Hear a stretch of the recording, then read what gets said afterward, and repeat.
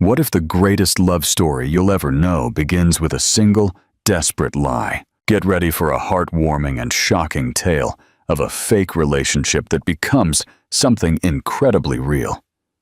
Grab a blanket, get comfortable, and let us know in the comments where you're watching this story from. Julian Sterling sighed, rubbing his tired eyes as he stared at the financial spreadsheets on his monitor.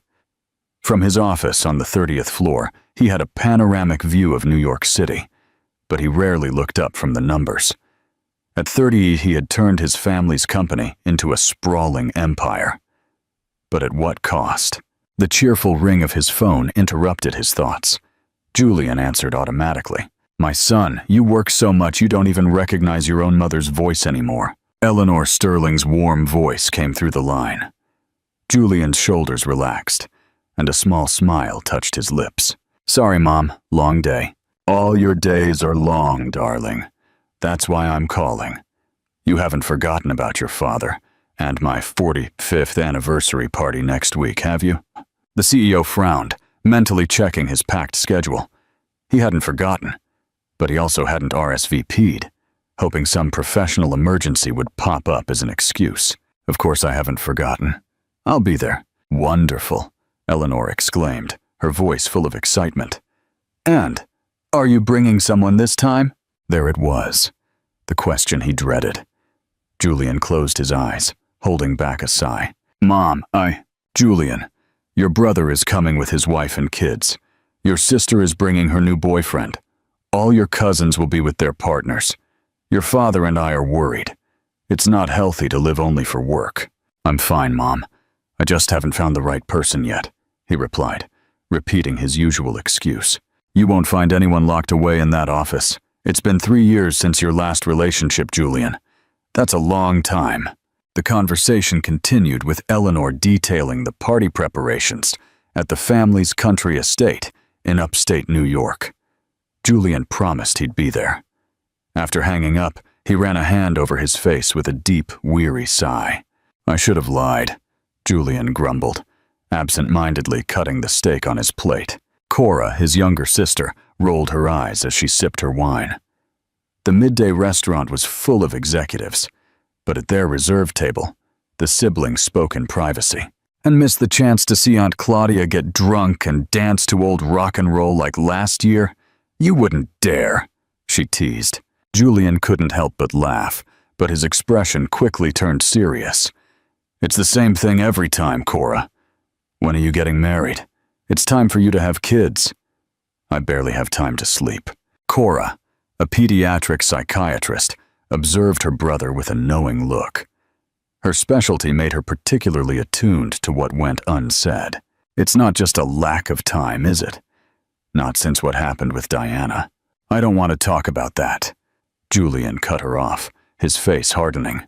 "Fine," Cora conceded, holding up her hands in surrender. "But you know how Mom and Dad are.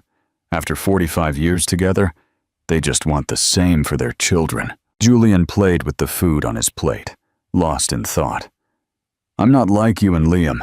I can't just trust people like that." "So bring someone," Cora suggested, chewing on a piece of asparagus. "Anyone, just to get them off your back for now."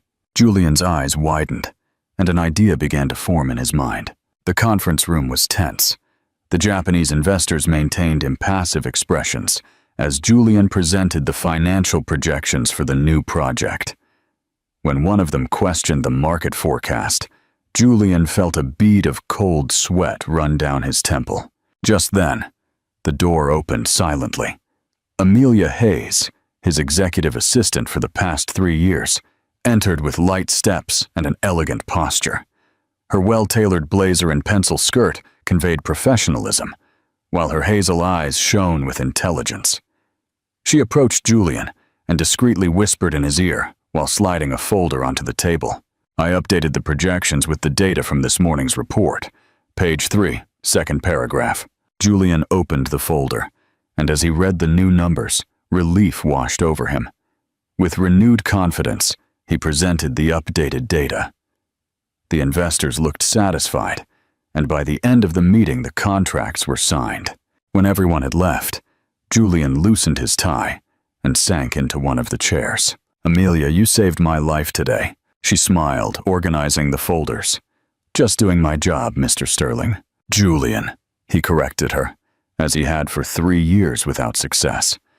"After everything we've faced in this company, I think you can call me by my first name." "As you wish, Mr. Sterling," she replied with a slight smile. Julian watched her as she tidied the room. Amelia was competent, smart, and trustworthy.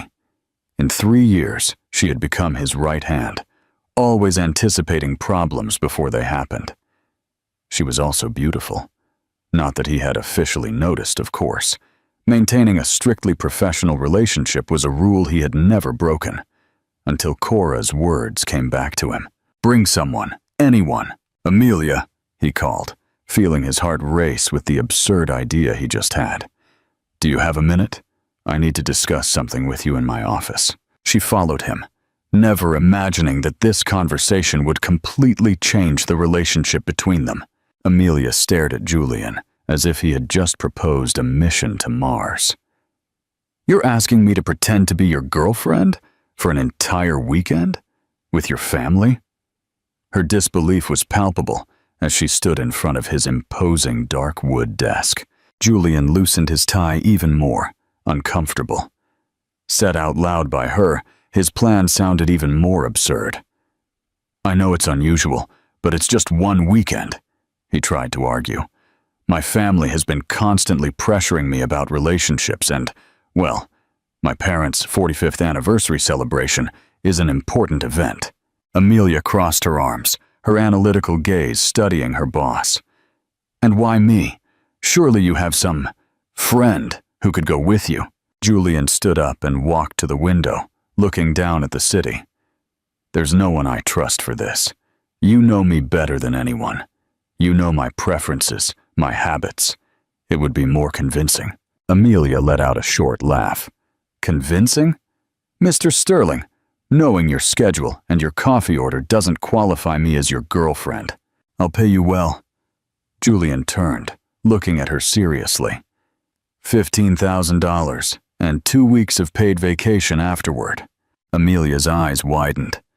"That's a generous offer, but it's still inappropriate. I'm your secretary." "Executive assistant," he corrected automatically. "Whatever. It's still unethical and potentially embarrassing," she countered, straightening her posture. Julian sighed, running a hand through his dark hair. "Look, I understand your reservations, but it's strictly professional. An agreement between 2 adults with no real romantic complications."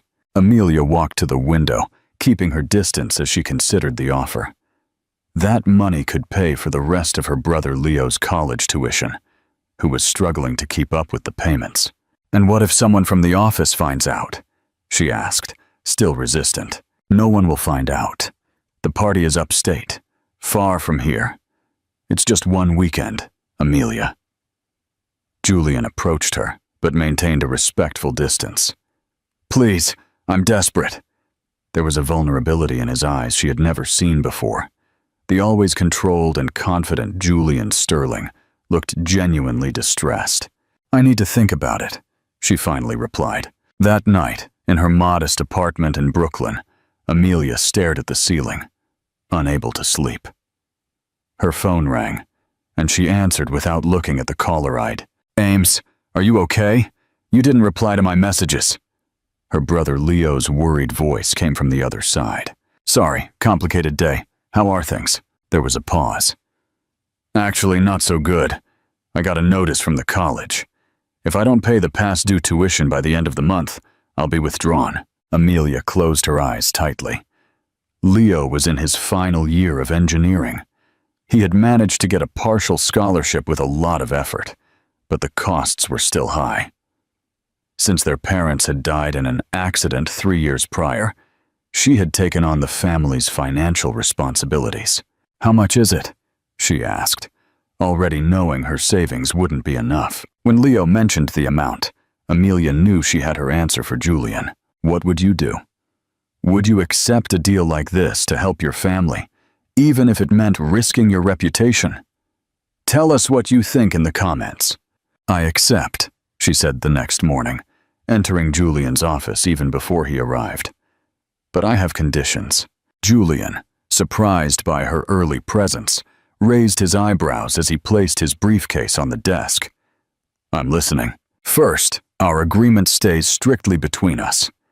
Second, we predefine the physical boundaries of this performance. Third, you deposit half the amount before the trip." Julian nodded, a small smile appearing on his lips. "We have a deal then. We'll leave after work on Friday." On Friday afternoon, Amelia tossed her suitcase into the trunk of Julian's black Audi R8. She was nervous, but determined to maintain her professional composure, even in such an unusual situation. "We'll be there in about 3 hours, if traffic cooperates," Julian commented, opening the passenger door for her. As they got on the highway toward the country estate, the silence in the car was almost palpable. Julian turned on the radio, and a classical melody filled the air. "Chopin?" Amelia asked, surprising Julian. "You know it?" "Nocturne in E-flat major. My mother was a piano teacher," she replied, looking out the window at the mountains beginning to appear. Julian watched her for a moment before turning his attention back to the road. "You never mentioned that before." "You never asked," she replied simply. Silence returned, but now Julian seemed restless. "We need to get our story straight. How did we meet? How long have we been together?" "I've already thought about that," Amelia said, pulling her phone from her purse. "I prepared some notes. The basics would be, we met at work 3 years ago, but we only started getting romantically involved about 8 months ago, after I presented a project to the board." Julian was impressed. Plausible and discreet enough not to raise ethical questions about a workplace relationship. "Exactly. I also looked up some details about you that a girlfriend would know." "Like what?" he asked. "Curious. Your favorite food is mushroom risotto. You're allergic to shellfish. You sleep on the right side of the bed. You prefer red wine to white. You have a scar on your left knee from falling off a bike when you were 9. Julian slammed on the brakes, turning to stare at her in astonishment. "How do you know all that?" Amelia shrugged, a slight smile on her lips. "I've been your assistant for 3 years, Mr. Sterling. It's my job to know these things." He shook his head, getting back to driving. "I think I underestimated your efficiency. What about you? What should I know about you as your boyfriend?" There, a long conversation began, where, for the first time, they spoke about their personal lives. Amelia told him about her brother, about the loss of her parents, about her dream of one day opening her own management consulting firm. Julian spoke about the pressure of taking over the family business so young, about his secret love for 80s sci-fi movies, about how lonely he felt, even when surrounded by people. When they spotted the lights of the mountain town on the horizon, something had changed between them. They were no longer just boss and assistant. Now there was a bond, a mutual understanding that neither of them had expected to find. "We're here," Julian announced, as the car climbed the winding road to the Sterling family mansion. "Ready for the show?" Amelia took a deep breath, adjusting her hair. "As ready as I'll ever be." What neither of them would admit was the flutter in their stomachs had nothing to do with the fear of being discovered. The Sterling mansion was exactly as Amelia had imagined. Imposing, elegant, and with that air of discreet wealth that only old money can provide. The illuminated windows shone welcomingly against the dark sky as the car's engine purred along the impeccably manicured stone driveway. "Last chance to back out," Julian murmured, parking in front of the main entrance. Amelia took a deep breath. "I'm not one to abandon a commitment, Mr. Sterling." "Julian," he corrected, turning off the engine. "From now on, I'm Julian to you, and we need to look convincing." Before she could reply, the mansion door opened, and an elegant woman in her 60s, with perfectly styled gray hair, emerged onto the porch. Eleanor Sterling's face lit up with a wide smile when she saw her son get out of the car. "Julian, finally," she exclaimed, coming down the steps to greet him with a warm hug. Her sharp eyes immediately fell on Amelia, who was now beside the car, trying not to look intimidated. "And who is this lovely young lady?" Eleanor asked, her tone a mix of curiosity and appraisal. Julian walked to Amelia and, to her surprise, naturally placed his arm around her waist. "Mom, this is Amelia Hayes, my girlfriend." The word girlfriend seemed to echo in the night air. Amelia felt the warmth of Julian's arm on her waist and forced her best smile. "It's a pleasure to meet you, Mrs. Sterling. Julian talks a lot about you." Eleanor raised an eyebrow, clearly surprised by both the presence of a girlfriend and the familiarity with which Amelia spoke of her son. "Julian, is it? Interesting." Eleanor studied Amelia for a few moments before a genuine smile appeared. "Well, it's a pleasure to finally meet someone who's captured my son's heart. Come in, come in. Arthur will be overjoyed." While Julian retrieved the suitcases from the trunk, Eleanor linked her arm through Amelia's, guiding her inside. "So, darling, how did you two meet? Julian is so reserved about his personal life." Amelia mentally recited the story they had agreed upon. "We actually met through work. I've been an executive assistant at the company for 3 years. Eleanor paused for a moment, her smile wavering slightly. "Assistant? How interesting." Amelia has a degree in business administration with a specialization in strategic management. Julian interjected, now following with the suitcases. "She developed the expansion project for the Asian market that doubled our profits last year." The pride in Julian's voice didn't seem forced, which surprised Amelia. Eleanor, in turn, seemed to reconsider her initial judgment. "Impressive," she commented, smiling again. "Come on." Arthur is in the living room with Cora and Liam. The interior of the mansion was even more stunning. Marble floors, antique furniture mixed with contemporary design pieces, and artwork that Amelia recognized as originals by renowned artists. She swallowed hard, feeling out of place. In the spacious living room, 3 people were talking animatedly. A man with gray hair and an elegant demeanor stood up immediately when he saw them enter. "Julian, so good you made it." Arthur Sterling hugged his son with vigor before turning his attention to Amelia. His eyes, identical to Julian's, studied her with gentle curiosity. "And who do we have here?" "Amelia Hayes," she introduced herself, extending her hand, which Arthur shook firmly. "My girlfriend," Julian completed, and Amelia couldn't help but notice the slight blush that colored his cheeks when he said those words. A momentary silence fell over the room, broken by a feminine laugh. A woman in her 30s with Julian's strong features rose from the sofa. "My God, the apocalypse has arrived and no one told me? Julian Sterling with a girlfriend?" "Very funny, Cora," Julian replied, but there was affection in his voice. He turned to Amelia. "My younger sister, the family genius, pediatric psychiatrist, and expert provocateur. In fact," Cora corrected, approaching to hug Amelia with surprising enthusiasm. "Welcome to the family of crazies. Any woman who can get my brother to leave that office deserves a medal." A serious-looking man, who had been watching the scene, finally approached.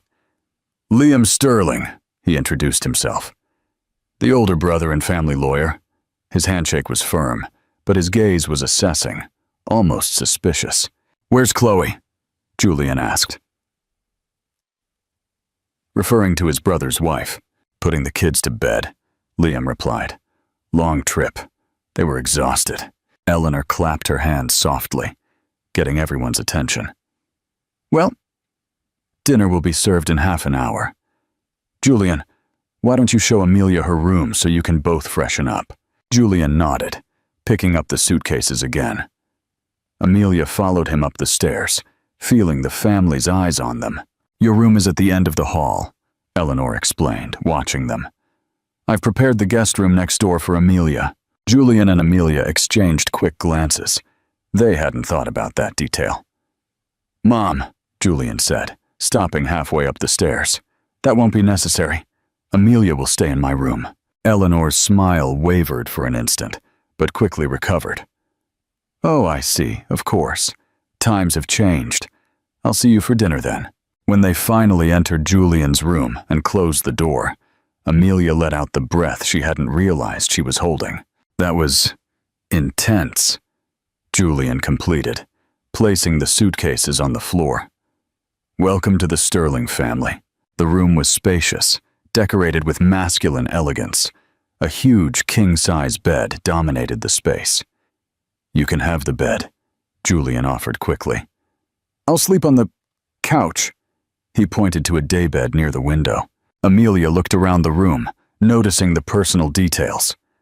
Family photos, some books on the nightstand, an antique clock that seemed to have sentimental value.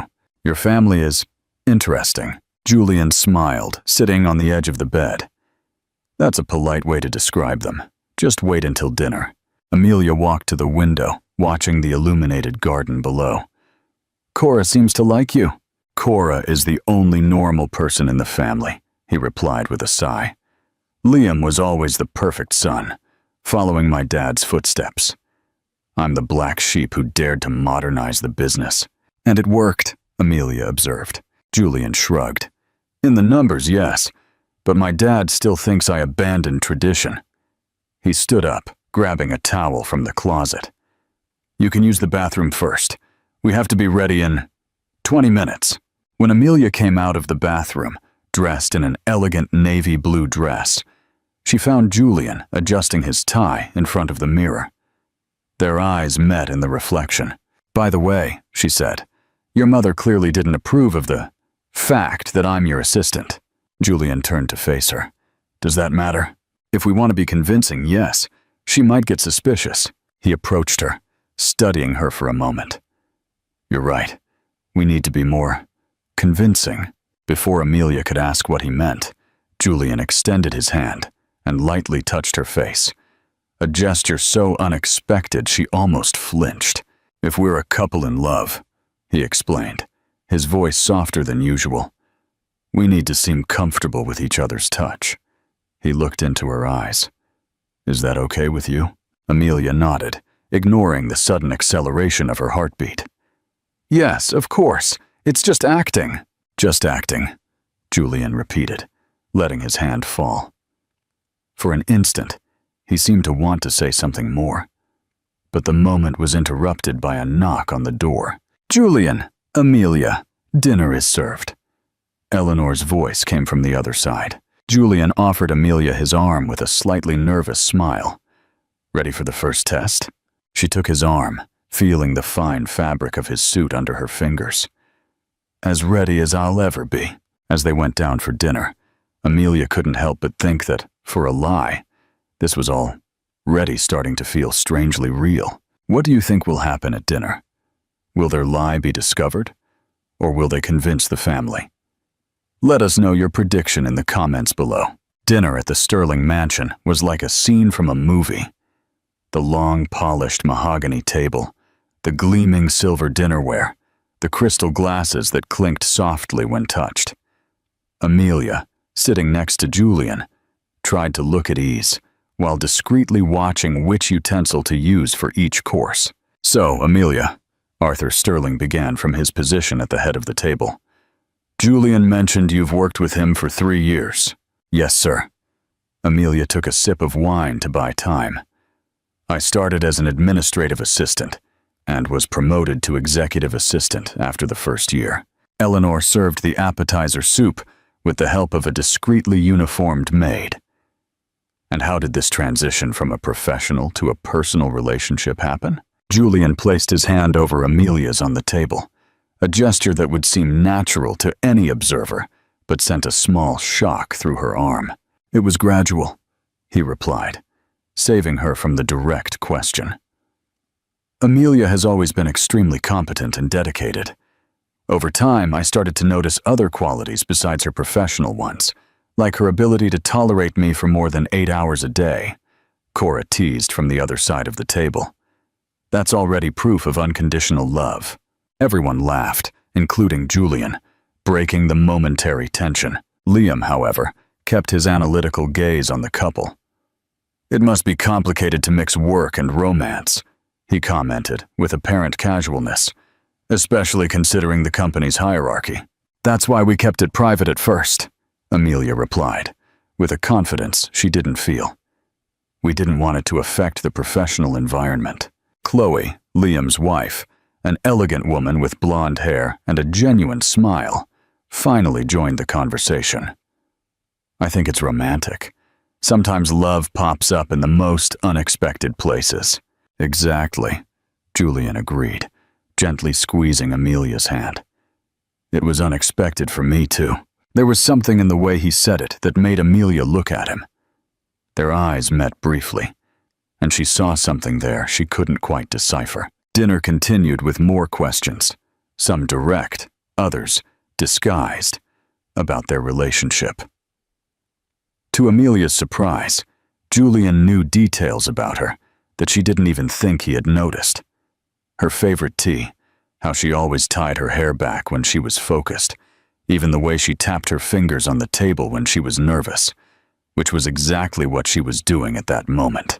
"I must say," Eleanor commented as dessert was served, "I'm impressed, Amelia. Julian has never brought anyone home to meet the family before." "Never," Cora confirmed, leaning forward with interest. "Not even Diana got this far." An uncomfortable silence fell over the table. Julian visibly stiffened next to Amelia, who immediately felt the change in his posture. "Cora," Eleanor's voice had a warning tone. "Who is Diana?" Amelia asked, letting curiosity get the better of her. "No one important," Julian replied dryly, removing his hand from hers. Arthur cleared his throat. "How about we show Amelia the gardens after dinner? The azaleas are particularly beautiful this time of year." The conversation shifted to safer topics, but Amelia knew something had changed. Julian remained quiet for the rest of dinner, answering only when directly questioned. Later, as they walked through the extensive gardens, lit by strategically placed small lights, Amelia finally had the chance to be alone with Julian. The rest of the family had returned inside the house, leaving them for a romantic moment, as Eleanor had suggested, with a meaningful smile. "Who is Diana?"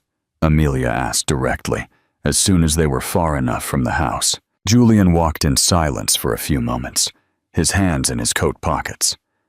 The night was cool, typical of the mountain climate, and their breaths formed small clouds in the air. "My ex-fiancé," he finally replied, stopping in front of a small gazebo. "Fiancé?"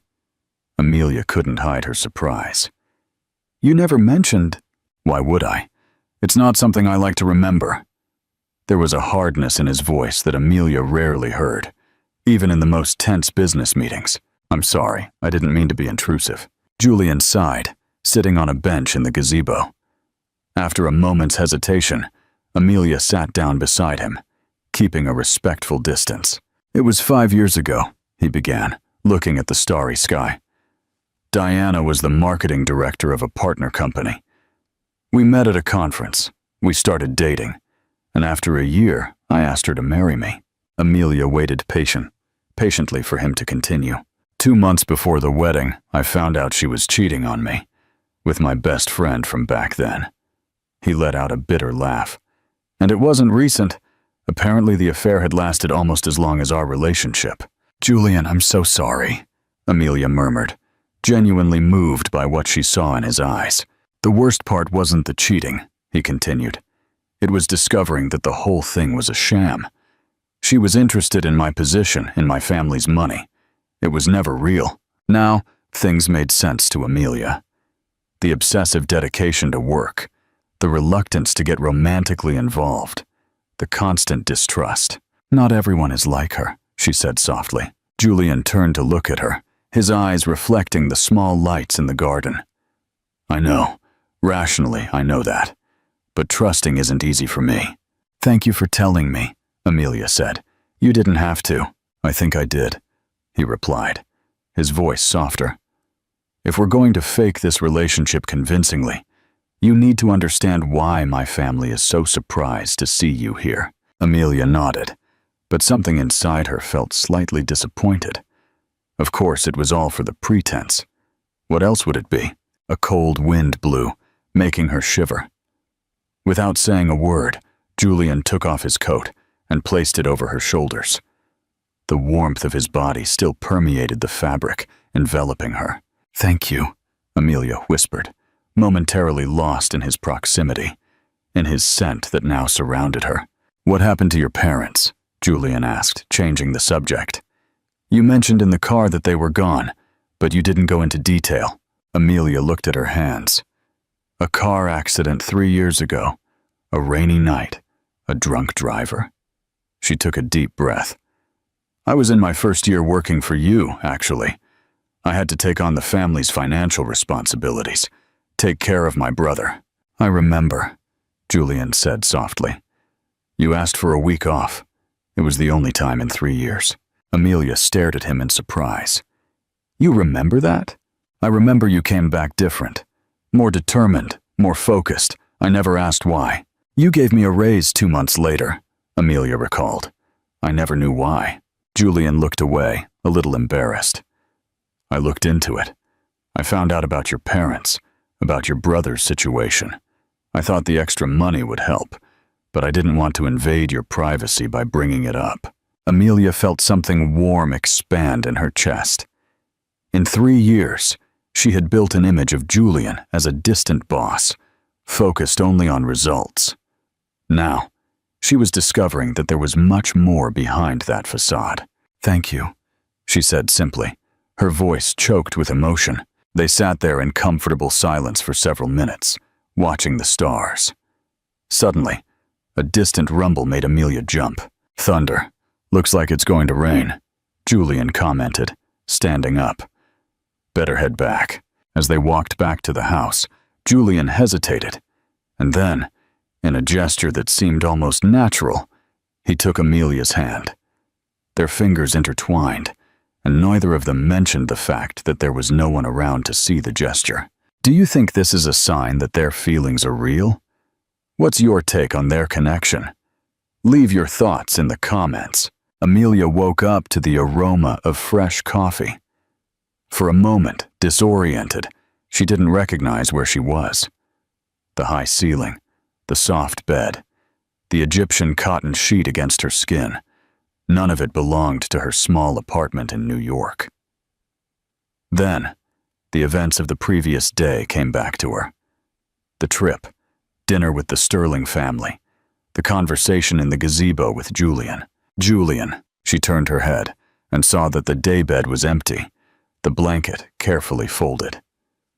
Soft sounds came from the adjacent balcony. Amelia got up, put on the robe she had brought, and walked to the glass door. Julian was sitting in the wicker armchair, drinking coffee while reading something on his tablet. He was wearing only sweatpants and a simple white t-shirt, his hair still damp from a shower. He looked younger this way, more relaxed than she had ever seen him in the office. "Good morning," she said, making him look up. "Good morning," Julian replied, putting the tablet aside. "I hope I didn't wake you. I asked them to bring coffee." Amelia noticed the tray with a second empty cup. "Thank you."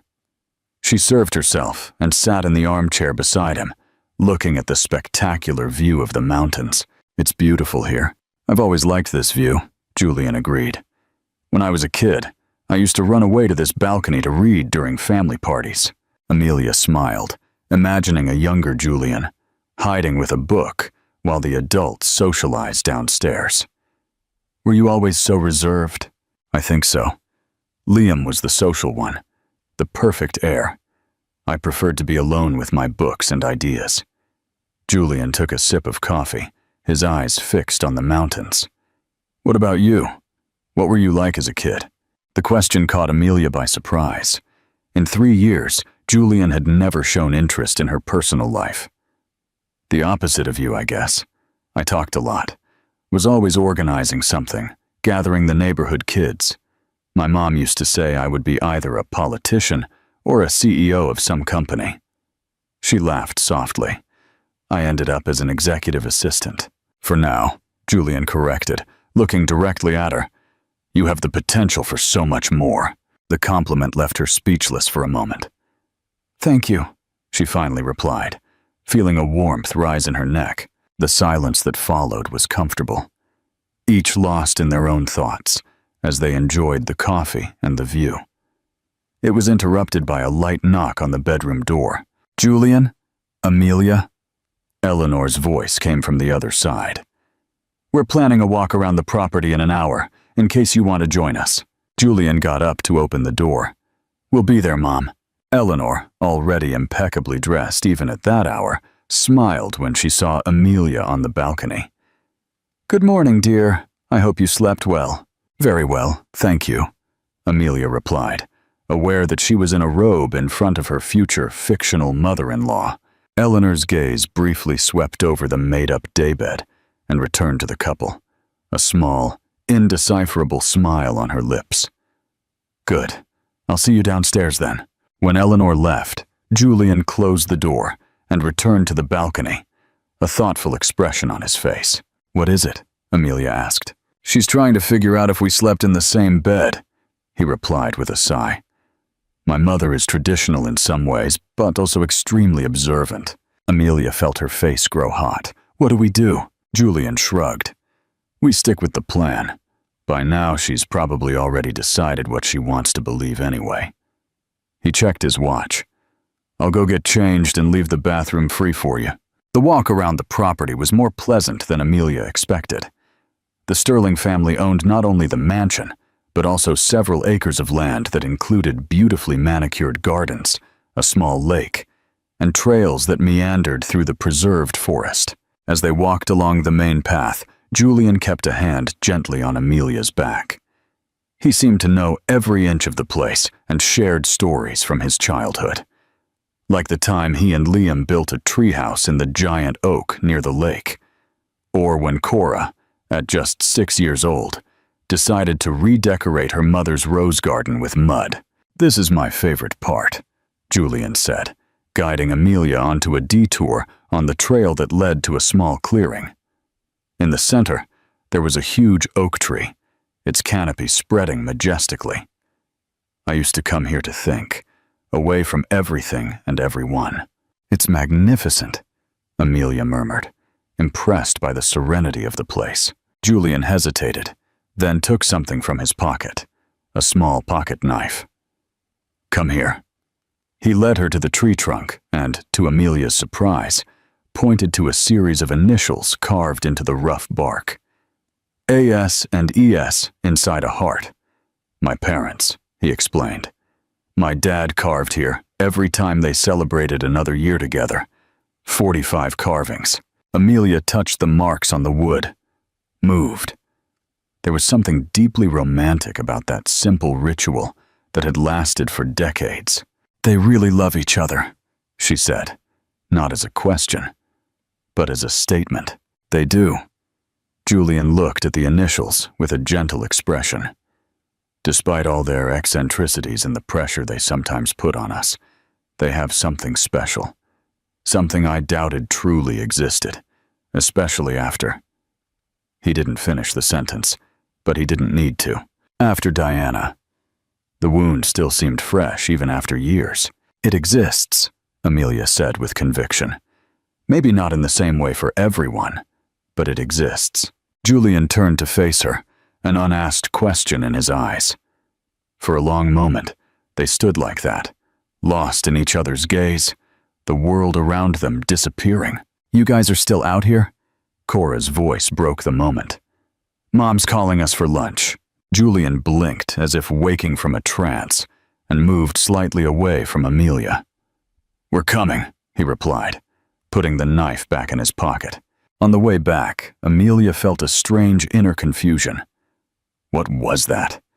For a second, she truly believed Julian was going to kiss her. And worse, she realized she wanted him to. "Are you okay?" Julian asked in a low voice, noticing her expression. "Yes, I'm playing my part, just like we agreed." Something passed through his eyes. Disappointment? It was impossible to say because the next instant, Julian was smiling at Eleanor, who was waiting for them on the porch. Lunch was quiet, with light conversations and laughter. The Sterling family, despite their initial expectations, was welcoming in their own way. Even Liam seemed to have relaxed some of his suspicion. Arthur called out to Amelia when dessert was being served. "Julian mentioned you have a background in strategic management. What are your career plans?" The question, though casual, created a small, expectant silence at the table. Amelia felt all eyes on her. "Actually," she replied after a moment, "I've always dreamed of having my own consulting firm someday, to help small businesses grow sustainably." "Ambitious," Liam commented, but without the condescending tone Amelia expected. "Amelia has vision," Julian said, surprising everyone. She identified opportunities that our team of senior analysts missed. If it were up to me, she'd already have a director position. "And why doesn't she?" Eleanor asked at Direct. Julian swallowed hard. "Corporate politics. The board feels she needs more experience." "Todos." "Or perhaps," Arthur interjected with a keen look, "you don't want to promote her, because then she would no longer be your direct assistant." The observation hit Julian like a punch. He opened his mouth to protest, but realized his father was right. Unconsciously, he had been keeping Amelia in her current position because he didn't want to lose her to another department, another director. Julian looked at Amelia, who was staring at him with an unreadable expression. "I never thought of it that way, but you might be right, Dad." That admission seemed to satisfy Arthur, who went back to his dessert. But something had changed in the air between Julian and Amelia. An uncomfortable truth had been exposed, not about their fake relationship, but about the real professional relationship they had. After lunch, they announced a special dinner that night to celebrate everyone's arrival.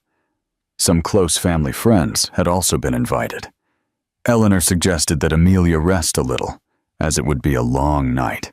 In the room, alone again, the silence between them was palpable. "Is it true?" Amelia finally asked. "You've been keeping me as your assistant because you don't want me to work for someone else?" Julian sat on the edge of the bed, rubbing his face with his hands.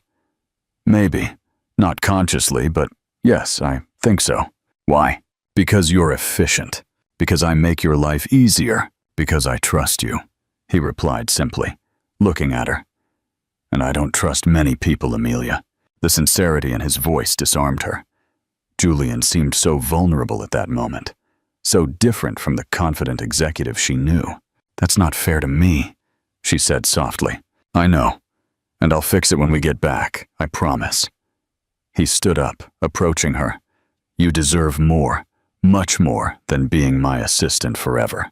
They were so close now that Amelia could feel the warmth radiating from him, see the small details of his face she had never noticed before.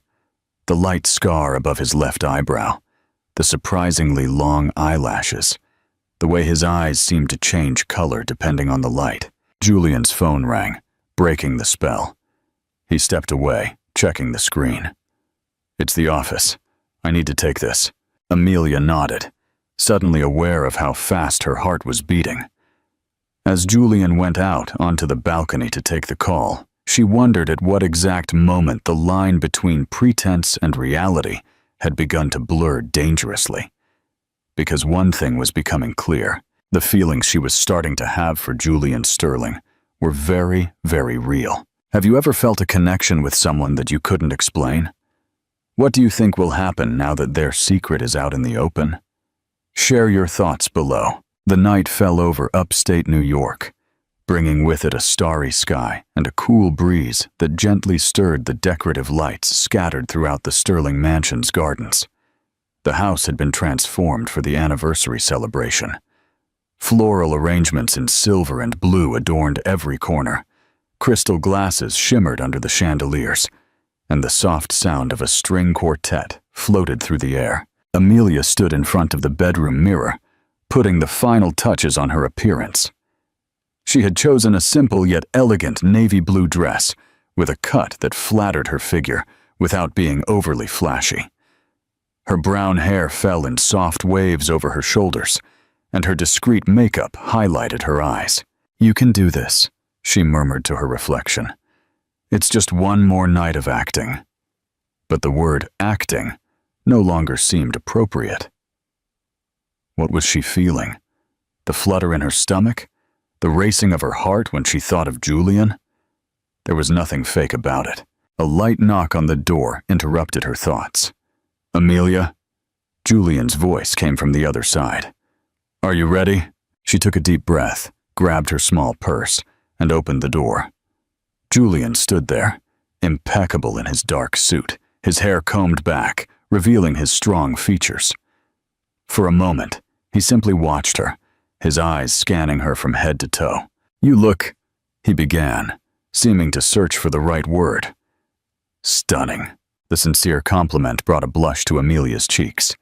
"Thank you. You look very elegant, too." Julian offered his arm to Heverlaser, a formal gesture that contrasted with the intensity in his gaze. "Ready to face the party?" She took his arm, feeling the fine fabric of the suit under her fingers. "As ready as I'll ever be." Together, they descended the main staircase. With each step, Amelia felt the eyes of the guests who had already arrived, some curious, others appraising. Julian, sensing her nervousness, lightly squeezed her hand. "You're doing wonderfully," he whispered. "My family is already enchanted." "Even your brother?" she asked with a small smile. "Liam is being civil, which, believe me, is a huge step." Eleanor approached them as they reached the bottom of the stairs, radiant in an elegant silver dress. "So glad you came down. The guests are arriving." She affectionately touched her son's cheek and smiled at Amelia. "You two make a lovely couple." Before they could reply, they were introduced to a succession of family friends and distant relatives. Amelia was surprised by how easily Julian kept his arm around her waist, occasionally leaning in to whisper a comment or explanation about a particularly eccentric guest. "Uncle Jerome," he murmured, as an elderly gentleman with a lush mustache approached. "He's a butterfly collector, and convinced he was abducted by aliens during a trip to the Amazon." Amelia stifled a laugh and greeted the man with all the seriousness she could muster. As the night went on, she was surprised by how comfortable she felt next to Julian, as if this were the place she belonged. They talked with various guests, danced a few slow songs, and laughed together at the inside jokes they had developed over the weekend. "Champagne," Julian offered, taking two glasses from a tray. "Thank you." She accepted the drink, watching the small golden bubbles dance to the surface. "Your parents know how to throw a party." "Years of practice," he replied, clinking his glass lightly against hers. "Are you having fun?" Amelia was surprised to realize the answer was sincere. "I am. Much more than I expected." "Me too," Julian confessed, his eyes fixed on her with an intensity that made her heart race. A clink of crystal interrupted the moment. Arthur Sterling was calling for a toast. The family patriarch stood in the center of the room, imposing in his dark suit, with a radiant Eleanor by his side. "Friends and family," Arthur began, his deep voice filling the room. "Eleanor and I thank you all for being here on this special night. 45 years isn't easy." He smiled at his wife, who returned the look with a loving gaze. But every challenge, every difficult moment, was worth it to get here together. Amelia watched the couple, moved by the evident connection between them after so many years. Arthur's eyes shone as he looked at Eleanor, as if he still saw her the same way he did on the day they met. "The secret to a lasting marriage," he continued, "is not never arguing or never going through difficulties. It's choosing every day to overcome what comes your way together. It's looking at the person beside you and consciously deciding, today, again, I choose you." Arthur raised his glass toward his wife. "Eleanor, I choose you today, just as I chose you 45 years ago. And I will continue to choose you for the years to come." A wave of awes swept through the room, followed by applause. Amelia noticed that her own eyes were moist. When she looked at Julian, She was surprised to see a similar emotion on his normally controlled face. To all the couples here, Arthur concluded, may you find in Eleanor and my journey an example, not of perfection, but of perseverance in love. He looked specifically at Julian and Amelia. And to our children, may you build relationships as strong and lasting as ours. Everyone raised their glasses in a toast. When Amelia turned to Julian, she found him looking not at his parents, but directly at her, an indescribable expression on his face. He began, but was interrupted by Eleanor, who approached, radiant. Julian, darling, it's your turn to say a few words. You're the only sibling who hasn't spoken yet. Julian seemed momentarily surprised, but nodded, following his mother to the center of the room. Amelia watched him walk, feeling a strange combination of pride and anxiety. What can I say about 45 years of marriage? Julian began, his voice steady, echoing through the now silent room. When my longest experience was, well, significantly shorter. A wave of polite laughter rippled through the room. Julian smiled and continued. I grew up watching my parents. I saw the arguments, the challenges, the difficult moments, but I also saw the partnership, the respect, the mutual admiration. I saw how they looked at each other when they thought no one was watching. Julian paused, his gaze finding Amelia's in the crowd. And I confess that for a long time, I doubted that something like that existed for me. The silence in the room was absolute now, everyone hanging on his words. Recently, I've been rethinking that view, Julian continued, still looking directly at Amelia. Maybe true love isn't about finding someone perfect, but about finding someone who sees your worth even when you can't see it yourself. Someone who sees beyond the appearances, the masks we wear every day. Amelia felt her heart race. Was this still part of the act? But there was such sincerity in Julian's eyes that she couldn't be sure. Dad, Mom, Julian turned to his parents. Thank you for showing that true love exists and endures. May we all be so lucky to find what you found in each other. The applause was enthusiastic. When Julian returned to Amelia, the string quartet began to play a slow waltz, Eleanor's favorite song, as Amelia would later discover. Dance with me, Julian invited, holding out his hand to her. She took it, unable to find words. In the center of the dance floor, Julian took her in his arms, with a naturalness that surprised her. One of his hands rested gently on her waist, while the other held her hand with a gentle firmness. I didn't know you were such a good dancer, Amelia commented, as he guided her elegantly around the room. Mandatory classes as a teenager, courtesy of my mom, he replied with a small smile. I hated it at the time, but now I'm grateful. They spun slowly, their bodies close, moving in perfect sync. It was as if they had danced together countless times before. The world around them seemed to disappear. There were no more guests, no curious glances. Just the two of them, connected by the music and by something deeper that neither dared to name. About what I said, Julian said softly, just for her to hear. It's part of the act, Amelia completed, offering him an out. Julian hesitated, his intense eyes fixed on hers. What if it wasn't? The question hung between them, loaded with meaning. Amelia felt her heart leap. Before she could answer, however, a sudden movement nearby caught her attention. A man was standing at the entrance to the ballroom, looking directly at them. Amelia felt her blood run cold as she recognized him. It can't be, she murmured. What is it? Julian asked, following her gaze. Marcus, she whispered, feeling her legs go weak. My ex. Marcus Black, with his characteristic confident smile, began to cross the ballroom toward them. Amelia, what a coincidence to find you here. Marcus's voice sounded strangely loud amid the soft music. He approached with that excessive confidence Amelia knew so well. The slightly arrogant gait, the smile that didn't reach his eyes. He wore a well-tailored suit and held a glass of champagne as if he belonged. "Marcus," she replied, recovering from the initial shock. "What are you doing here?" Julian remained by her side, his posture protective, his eyes alert, analyzing the newcomer. "Julian Sterling." Julian introduced himself with a polished coldness. "Arthur and Eleanor's son." Marcus shook the offered hand, surprise evident on his face. "Marcus Black. Amelia and I know each other well." There was an innuendo in his voice that made Amelia want to disappear. "Didn't know you ran in these circles, Ames." "It's Amelia," she corrected automatically. She hated when he used the nickname, especially now, in front of Julian.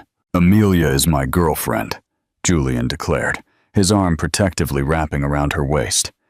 "We've been together for a few months." Marcus raised his eyebrows, an incredulous smile forming on his lips. "Girlfriend? Interesting." He took a sip of champagne, his eyes fixed on Amelia. "But that's not what people at the office were saying last week." Amelia felt her body stiffen. Julian, noticing her tension, lightly squeezed her waist in a gesture of support. "What do you mean?" Julian asked, his voice calm, but with a thread of tension. Marcus smiled, clearly satisfied at having captured their attention. "Just that everyone knows Amelia is your secretary." He emphasized the last word, and apparently a very competent one, since she never mentioned being romantically involved with the boss. A heavy silence fell between them. Amelia could feel her face burning, aware that nearby people were beginning to pay attention to the conversation. "Executive assistant," Julian corrected coldly.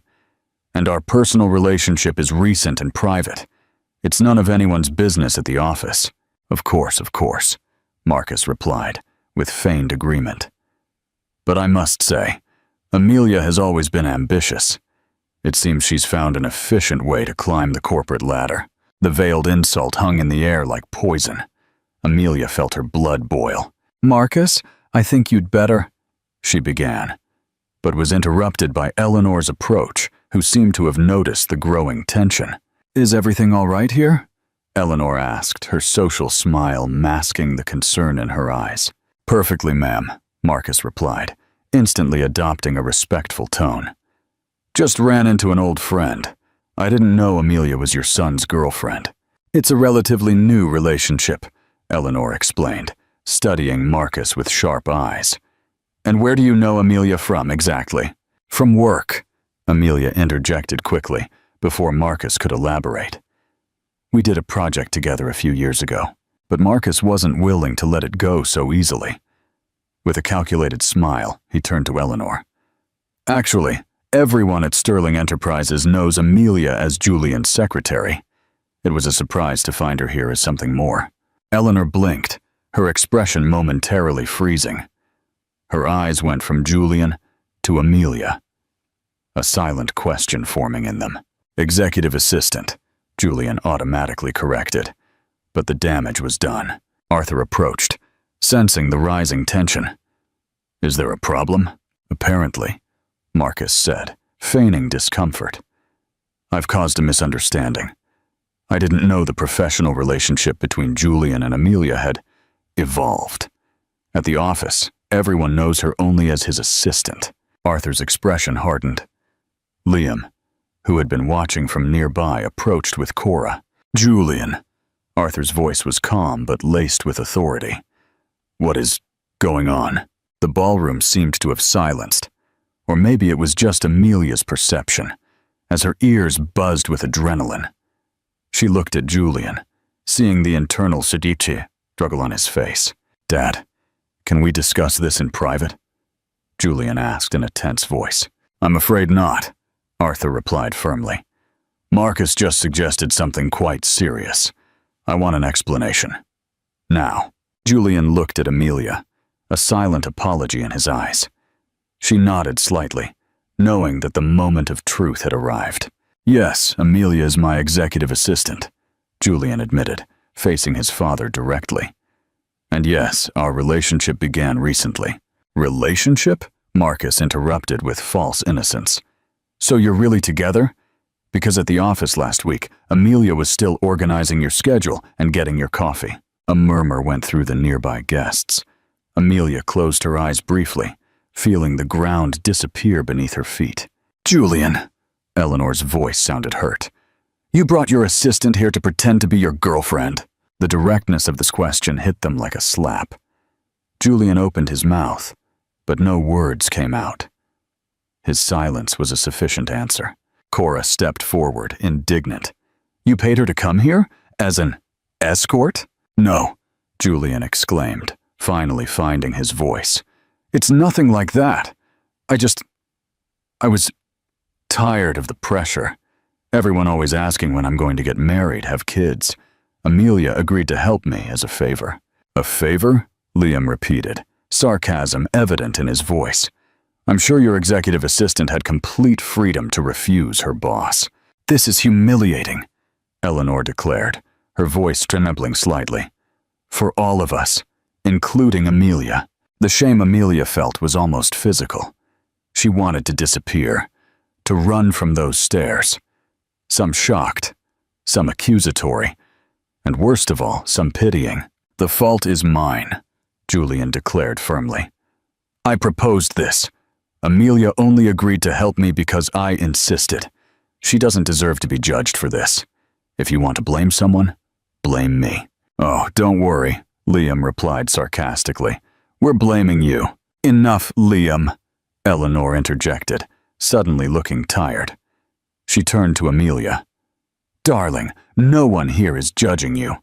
We understand your situation. But the kindness in her voice was almost worse than the anger. Amelia couldn't stand the pity in her eyes, the same pity she had seen so many times after her parents' death. With all due respect, ma'am, Amelia said, straightening her shoulders. I don't need understanding. I knew what I was doing. If I regret anything, it's participating in a lie that hurt people who didn't deserve it. A heavy, thoughtful silence followed her confession. Finally, Arthur sighed deeply. I think we all need some time to process this. The party continues out there, and we have responsibilities as hosts. He stood up, straightening his jacket. I suggest we return and try to salvage what's left of this celebration. As everyone prepared to leave, Amelia lightly touched Julian's arm. I need to leave, she whispered. I can't go back out there. Julian nodded, understanding. I'll take you back to New York myself, right now. No. She shook her head firmly. You have to stay with your family. I'll call a taxi to the station. Amelia, please, at least let me drive you to the city. I think it's better if I go with Amelia, Cora interjected unexpectedly. Julian, you really should stay and face the damage you've caused. To everyone's surprise, Julian didn't protest. He just nodded, defeated. I'm so sorry, he said to Amelia, his voice low, filled with regret. For everything. Amelia wanted to say something, that she understood, that she didn't blame him entirely, that the weekend had meant more to her than she would ever admit. But the words were stuck in her throat. Instead, she simply nodded, turning to follow Cora.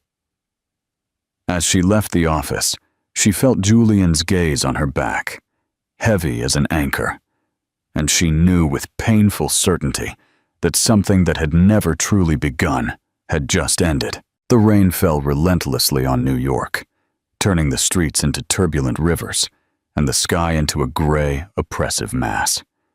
Amelia watched the downpour from her small apartment window, a cup of tea growing cold in her hands.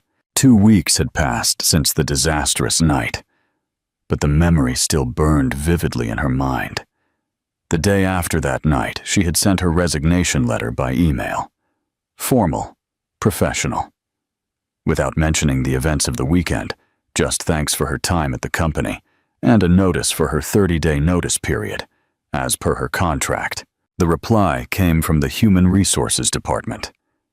Her notice period would be waived, and she would receive all severance benefits, in addition to the amount Julian had promised for her part in the deception.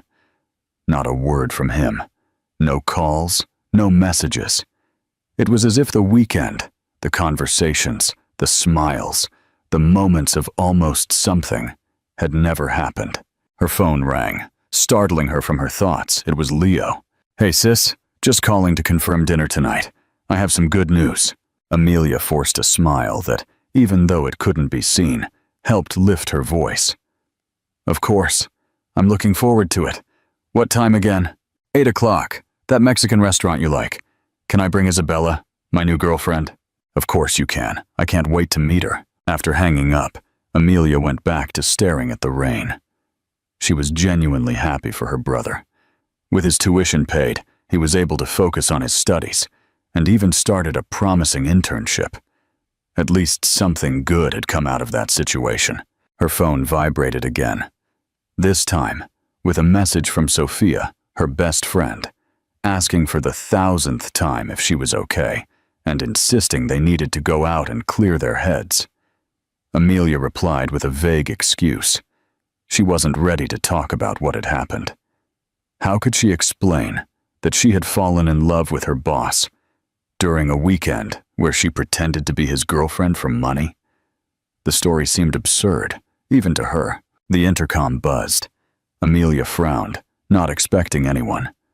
Probably a delivery to the wrong address. "Yes?" she answered. "Amelia." The voice that came through the device made her entire body freeze. "It's me, Julian. Can we talk?" Her first instinct was to hang up, to pretend and she wasn't there. But something, maybe curiosity, maybe that stubborn part of her heart that refused to give up, made her press the button to let him in. The minutes that followed were eternal. Amelia ran to the mirror, horrified to see that her hair was tied back in a messy bun, and she was wearing faded sweatpants and an old t-shirt. There was no time to change. She took a deep breath, trying to calm her wildly beating heart. The doorbell rang. With trembling legs, she opened the door. Julian Sterling stood there, soaked from head to toe. His elegant suit clung to his body. His usually impeccable hair dripped with water, and he looked like he had run a marathon. But his eyes, those eyes that had haunted Amelia's dreams for 2 weeks, were clear and determined. "The elevator was broken," he explained, breathless. "I climbed 8 flights of stairs." "What are you doing here?" Amelia asked, her voice colder than she intended. "I had to see you." He ran a hand through his wet hair, suddenly looking insecure. "Can I come in? I'm getting your hallway wet." After a moment's hesitation, Amelia stepped aside, allowing him to enter. Julian looked around, taking in the details of the small apartment. The books organized on the shelf, the plants carefully arranged by the window, the makeshift desk in the corner of the living room. "It's cozy," he commented. "What do you want, Julian?" Amelia crossed her arms, keeping her distance. "If it's about work, I've already sent everything to my replacement." "I didn't accept your resignation," he stated simply. Amelia blinked, confused. "What do you mean you didn't accept it? I resigned." "Technically, as CEO, I can refuse resignations." Julian took a step toward her. "And I refused yours." "That's absurd. You can't force me to work for you." "I'm not trying to force you to do anything," he said softly. "I'm asking for a chance to talk. Afterward, if you still want to leave the company, I'll sign your resignation myself." Amelia sighed, her initial resistance slightly giving way. "You're soaked. I'll get you a towel." When she returned with the towel, she found Julian looking at the small collection of photos on the sideboard. One, in particular, had captured his attention. Amelia with her parents, all smiling at a beach. "Thank you," he said. "Your parents?" She nodded. "Last summer we spent together." Julian dried his face and hair, then removed his soaked suit jacket. Amelia indicated the small sofa. "Sit down. Want some tea? Or coffee?" "Tea, please, if it's not too much trouble." The ritual of making tea gave Amelia a few moments to gather her thoughts. When she returned with 2 steaming cups, she sat in the armchair opposite the sofa, maintaining a safe distance. "So," she began, "what's so important that it brought you here in the rain?" Julian held the cup in his hands, as if seeking its warmth. "First, I want to apologize. For the weekend, for the way everything ended, for not coming to you sooner. 2 weeks, Amelia interrupted. You were silent for 2 weeks. I know, I have no excuse. He placed the cup on the coffee table, leaning forward. I stayed in the country. I needed to fix things with my family. And you did? A small smile appeared on his lips. Partially. My mom is still hurt, but starting to forgive me. My dad is disappointed, but understanding. Cora has been my biggest ally, surprisingly. Cora was very kind to me, Amelia commented, remembering how Julian's sister had accompanied her to the bus station, offering words of comfort the whole way. She's always been a good judge of character, Julian replied, his eyes fixed on Amelia. On the way to the bus station, did she tell you why I never brought anyone to meet my family before? Amelia shook her head. Because I never met anyone who was worth the risk, he explained. Until you. The words hung in the air, full of meaning. Amelia felt her heart race, but forced herself to remain rational. Julian, what happened between us wasn't real. It was a pretense that got out of control. Was it? The question was simple, but his gaze was intense. Because for me, Amelia, nothing that weekend was more real than what I felt for you and still feel. She looked away, unable to sustain the intensity of those eyes. You're my boss. I'm your assistant. Not anymore, he countered. I accepted your resignation. But you just said you didn't. A smile appeared on Julian's face. I changed my mind while we were talking. You're right.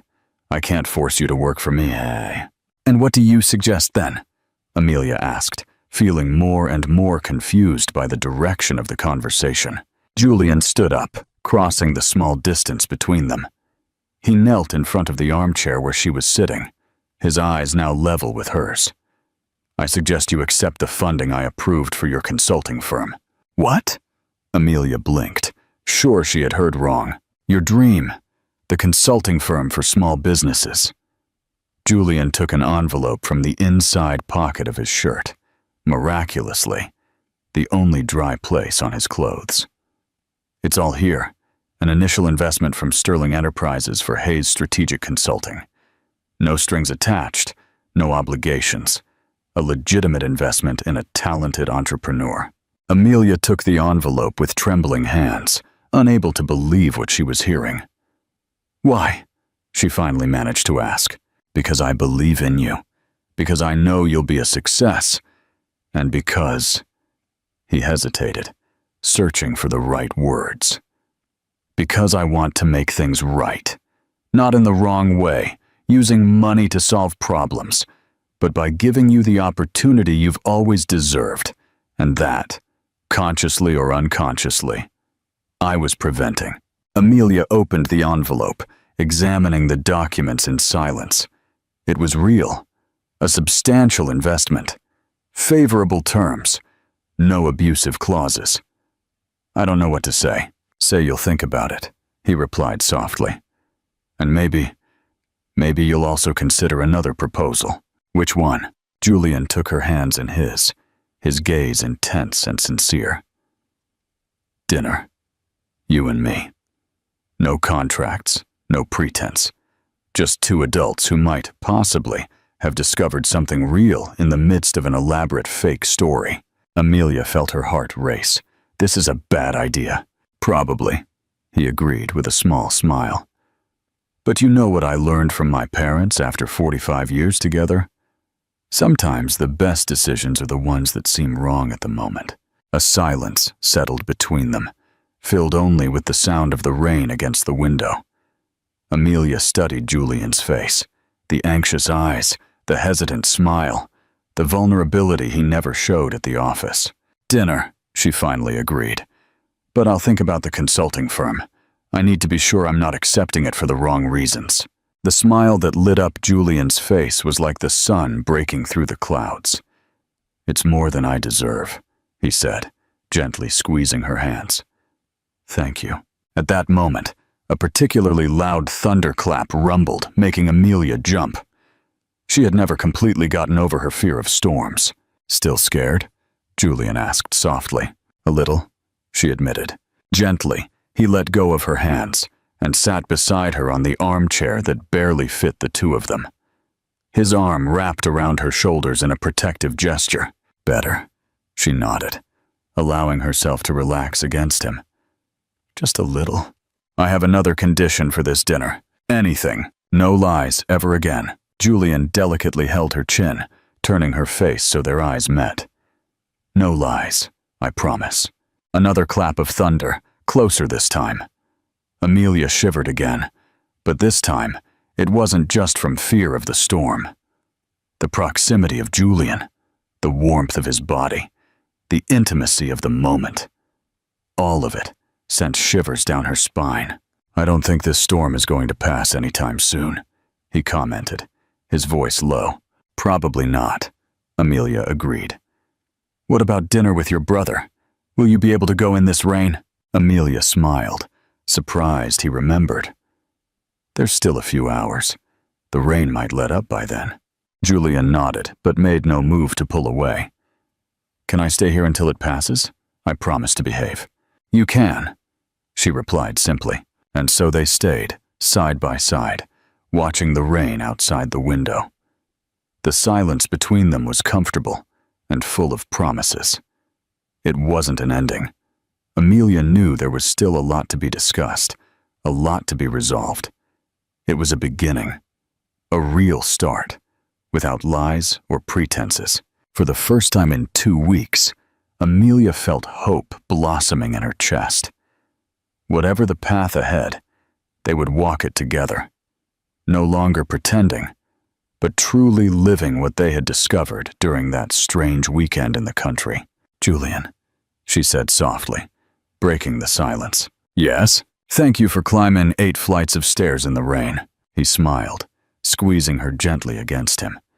For you, I'd climb so much more. Outside, the rain began to subside, and a shy ray of sun broke through the clouds, promising clearer days ahead. Your interactions are very important to us. The more you comment and share, the more we can bring you stories that touch the heart. Write your name in the comments, and we may include you in one of our stories, with a special shout-out just for you. And don't forget to like and subscribe.